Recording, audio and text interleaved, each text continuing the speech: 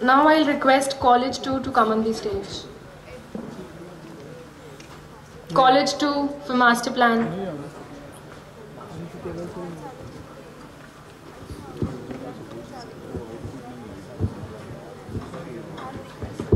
Hello.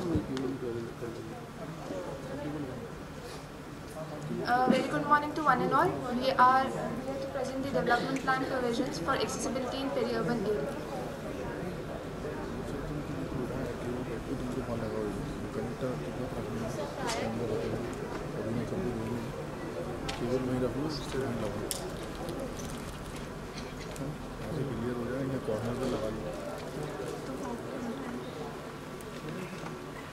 Now, coming on to the term accessibility, what do we understand from accessibility? Now we have tried to categorize accessibility under four main components.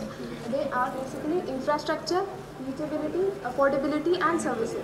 Now peri-urbanization and peri-urban areas are basically those areas which are in transition from rural landscape of Bhopal. The major areas of the region comprising the district are basically Sihor, Guna, Raisen, Bhopal and Vidisha. And the NH12 and NH86 are the main highways passing through the city. And in the map we can show the blue area shows the municipal area as well as the Planning area boundary and the district boundary. We have noticed a higher rate of peri-urban area growth along the major transportation corridors that are available. Then our study of the demographic trend, the land use change and the household growth shows a very high growth rate of Bhopal, and there have been many cases where unplanned development has been going on in the peri-urban area. So we have selected the case study of Bhopal for the master plan presentation. Now, peri-urban areas are identified under two main characteristics, that is the inner fringe area and the outer fringe area. The inner fringe areas mainly comprise of land use change, the construction and development activities and change in FAR and built up, while the outer fringe areas have more space taking activities which cannot be accommodated within the city. Now, the main factors indicating the peri-urban regions are, we can classify the criteria are administration and the space they are consuming, then the development and the ongoing process of construction, then the patch landscape that basically predominantly lies in the agricultural areas, then the land use changes. First of all, for the study of peri-urban areas, we have identified the municipal boundary and the planning area boundary. Then we have marked all the indicators that were available for our study, which indicate the presence of peri-urban areas. Then we have associated the map with the subsidies provided in the master plan, and we have noticed the higher rate of peri-urban growth in Neori, Misrod and Baragarh subsidies. Now coming on to the provisions of master plan. Now the master plan of 2005 proposes these main sub-cities, for example Bhel, Misrod, Baragarh, Neori, etc. For the accessibility point of view on the basis of transportation, the main connectivity can be seen to the Bhopal region from the outskirts are like from state highways and national highways, National Highway 12, National Highway 86. According to the Master Plan Bhopal 2005, the estimated population for Misrod and Neori are the highest, and it shows a 32% growth rate in in the population of Misrod. All the population increase, which was estimated to be 10 lakhs by migration and both by population, was supposed to be accommodated in Misrod and Neori. Now the map here shows the growth in the built up area. As we can see, in the year 2009, basically the growth has increased over the peripheral areas. And in the provision of master plan, there was a provision to connect the inner and the outer fringe areas through the mass transportation network. Basically, from this we can have an conclusion that there has been a decreasing growth in the primary sector in the year 2001 due to the transformation of the rural landscape into urban. The master plan proposes a very good network system for urban fringe areas. For the increasing accessibility in peri-urban areas, all the areas near the southwestern part of urban fringe were developed and although few roads were not implemented because of the topographical or physiographical conditions. Now basically the issues that we have encountered through the provisions are the provisions have a universal approach, like the Niori and the Misro region, in spite of the urban or the agricultural economy, have been given the same provisions. Then uncontrolled and unplanned development, several provisions like there is a ribbon development along the major transportation corridors. Then there is a problem in phase-wise development if the implementation goes wrong at certain point. Then adaptation, the provisions don't comply with the adaptations of the rural inhabitants. Then we have taken a case study of southwestern Bhopal for a more detailed study of urban areas. Here is a map that shows the built-up area increase from 2005 to 2013 to observe the development of peri-urban areas. So we can give more detailed provisions for further. We can provide strategies for development. Now we have selected 2 villages in the peri-urban fringe. They are off-corridor and on-corridor. On-corridor is Samardha Kalyasur and the off-corridor is Deepri. Now the general characteristics of Deepri village, it is situated 2 kilometers away from the highway and basically pertains in agricultural economy by nature.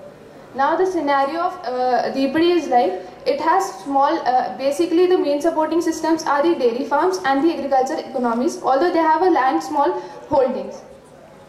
But in Deepri village, the rural lifestyle dominates the area.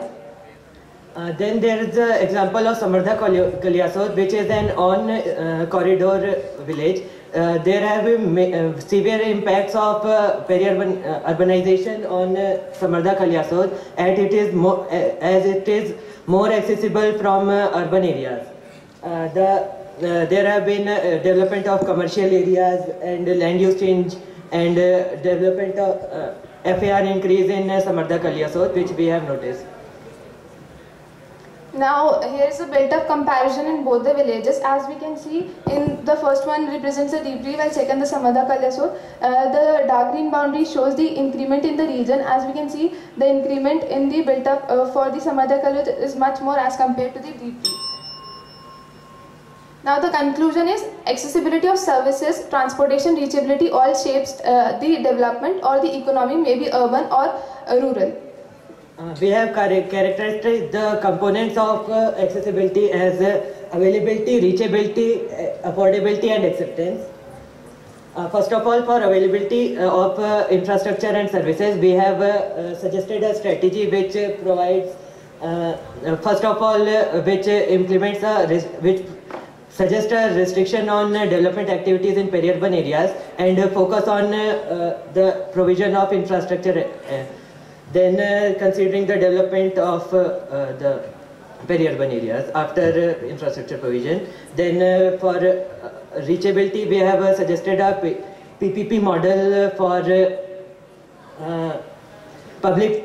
We have suggested a public-private partnership model for in ITP.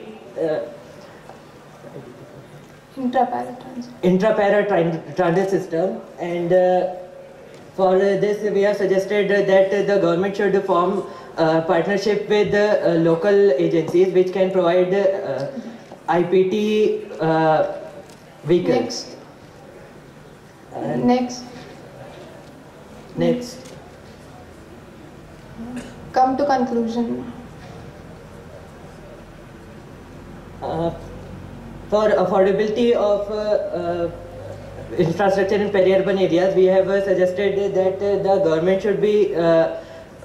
government should concentrate on providing infrastructure facilities. Next. Come to proposals. Now the main proposals for the provision can be concluded in following manner. Like there should be characteristics of each place should be considered based on the urban or the rural economy.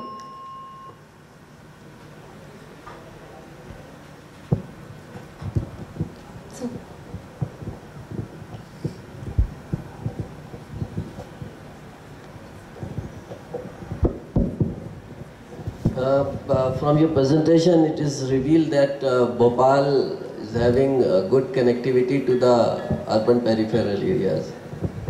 Please tell me in which direction the Bhopal is growing. Bhopal has grown 10 kilometers in the southwestern direction and 6 kilometer in the southeastern direction, and 6 kilometers in the northwestern towards Upper Lake and Baragarh. Two directions. Yes, major growth is towards these two parts, and towards north it is about 4 to 5 kilometers, which is still within the urban municipal boundaries. What are the reasons?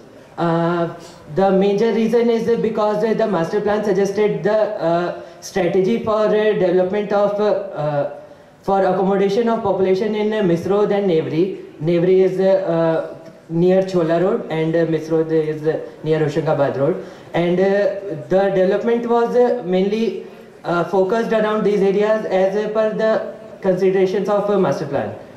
They studied the major transportational corridor. They studied the transportational corridors. You say it is going as per the master plan?